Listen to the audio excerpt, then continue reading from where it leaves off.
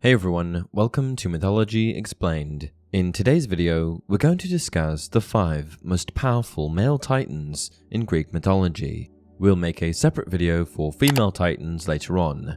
Let us know in the comments if you agree with our selection. Let's get into it. Beginning our list is Oceanus. Oceanus was the eldest of the 12 first-generation titans. He personified the river Oceanus, which was the great river that encircled the world. In this way, more so than his 11 siblings, he was similar to his parents, both of them primordial deities, for Uranus personified the sky and Gaia the earth. Tethys, his sister, and another of the 12 first-generation titans, was his consort, and by her he sired the Oceanids, a group of 3,000 water nymphs. Also born to them were all the rivers of the world, which, with the exception of the river Styx, were exclusively male. As well, it was thought that Oceanus was the source from which all the rivers of the world fed and flowed.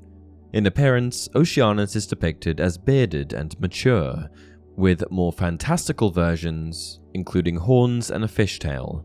Because the earth was thought to be flat back in the time antiquity, Oceanus, by nature of him being the great river that encircled the earth, was thought of as the outer boundary of the mortal world, thereby becoming a dividing line that separated opposites, known and unknown, what is prosaic and familiar from what is exotic and mysterious, like civilization and charted territory from remote tribes and monsters, even the realms of life and death. The Hesperides, the nymphs who guarded the golden apples gifted to Hera by Gaia, the Gorgons, the Hecatonchires, the 100-armed giants who helped the gods defeat the Titans, Geryon, a triple-bodied giant killed by Hercules, and the Ethiopians, all of these nymphs, monsters, and people were thought to dwell near the waters of Oceanus, their proximity to him symbolizing the divide he embodied between the realm of mortality and the realm of magic, monsters, and divinity. In one tradition, Helios, the personification of the sun, and Eos, the personification of the dawn, rose up from Oceanus's eastern bank in the morning. Then, after completing their daily arc, setting and sinking into the waters of the west. Oceanus makes for an interesting addition to this list because, without a doubt, he was one of the greatest of the Titans. However, he also never tested his might against the gods, choosing to remain a neutral party with his wife instead of bolstering the Titan forces with his strength in the primordial past. At number 2, we have Atlas. Today, Atlas is perhaps best known for his iconography, which consistently shows him bearing the earth on the mantle of his shoulders, even though it is actually the sky, not the earth, he holds up. This unending burden was not something Atlas chose for himself, some sort of constant sacrifice. Rather, it was a perpetual punishment he was condemned to by Zeus, a diabolical consolation prize awarded for challenging the gods and failing to win. Atlas was a formidable force. His prowess as a warrior made him an indomitable opponent on the battlefield, and his sage counsel made him an invaluable addition anytime strategy and tactics were discussed. Born to Iapetus, a first-generation titan, and to Clymene, one of the Oceanids, Atlas was younger than many of the other titans he fought side by side with. Regardless, his strength and wisdom were admired, and he rose to become one of the foremost leaders of the Titan forces. He was a significant reason the Titan War became so intractable and interminable, becoming a war of endurance that lasted 10 long, devastating years. His implacability resulted in him being singled out and condemned to hold up the sky for all of eternity, while the rest of the Titans who fought against the gods were cast down into the depths of Tartarus.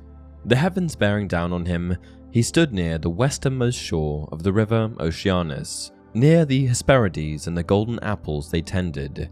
Beyond battling the gods and ending up with the sky bearing down on him like the palm of some cosmic hand trying to flatten him against the earth, perhaps Atlas's most important contribution to Greek mythology comes during Hercules' 11th labor, which was to retrieve the golden apples of the Hesperides. Atlas offers to fetch the apples for Hercules if he temporarily holds the sky up in his place. Hercules agrees, but once the errand is accomplished, Atlas is loath to resume his post, so Hercules has to trick the Titan, asking him to take the sky back for a moment while he finds something to cushion his shoulders with, then promptly leaving with the apples once the switchback is made. Up next we have Cronus. Cronus is an entry I'm sure everyone guessed would be on this list. He was the youngest of the first generation Titans, but his youth didn't hinder him, for he was ambitious and audacious, a combination of traits that would allow him to capitalize on an opportunity to catapult himself to the pinnacle of the cosmic hierarchy. Uranus, the personification of the sky, enveloped Gaia, the personification of the earth, in a constant embrace. Pressed tightly against each other, virtually conjoined at this point, there was no separation between earth and sky, so Gaia's children, while fully grown, couldn't emerge from her, trapped in the earth as they were.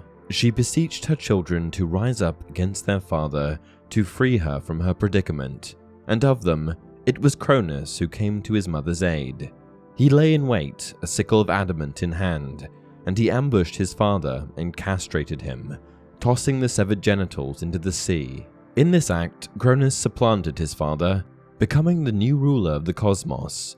Once king, he proved himself no better than his predecessor. Cronus re-imprisoned his older siblings, the trio of Hecatonchires and the trio of Cyclopes, and he took Rhea, his older sister, and another of the 12 first-generation Titans as his consort.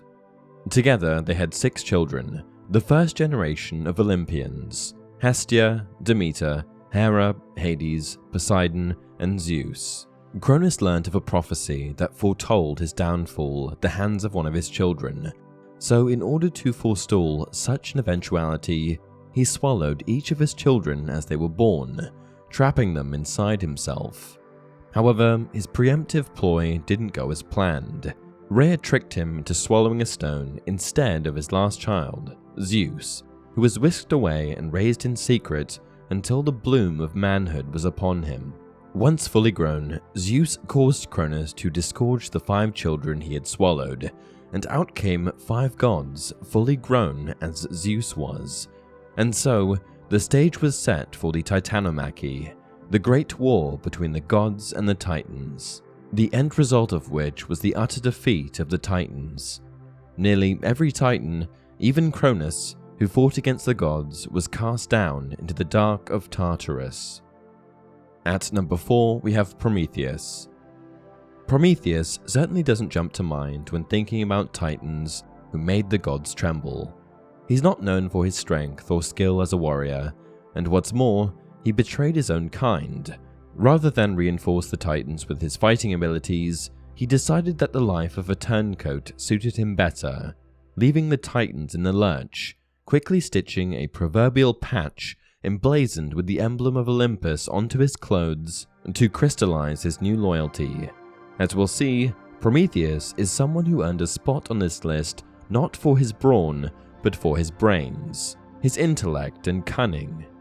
Prometheus's name means foresight or forethought, and since the gods defeated the Titans, since Prometheus wasn't cast down into Tartarus like the rest of his cousins and uncles, who fought tooth and nail for supremacy over the cosmos, you could say that Prometheus's actions, in this instance, truly were worthy of his name.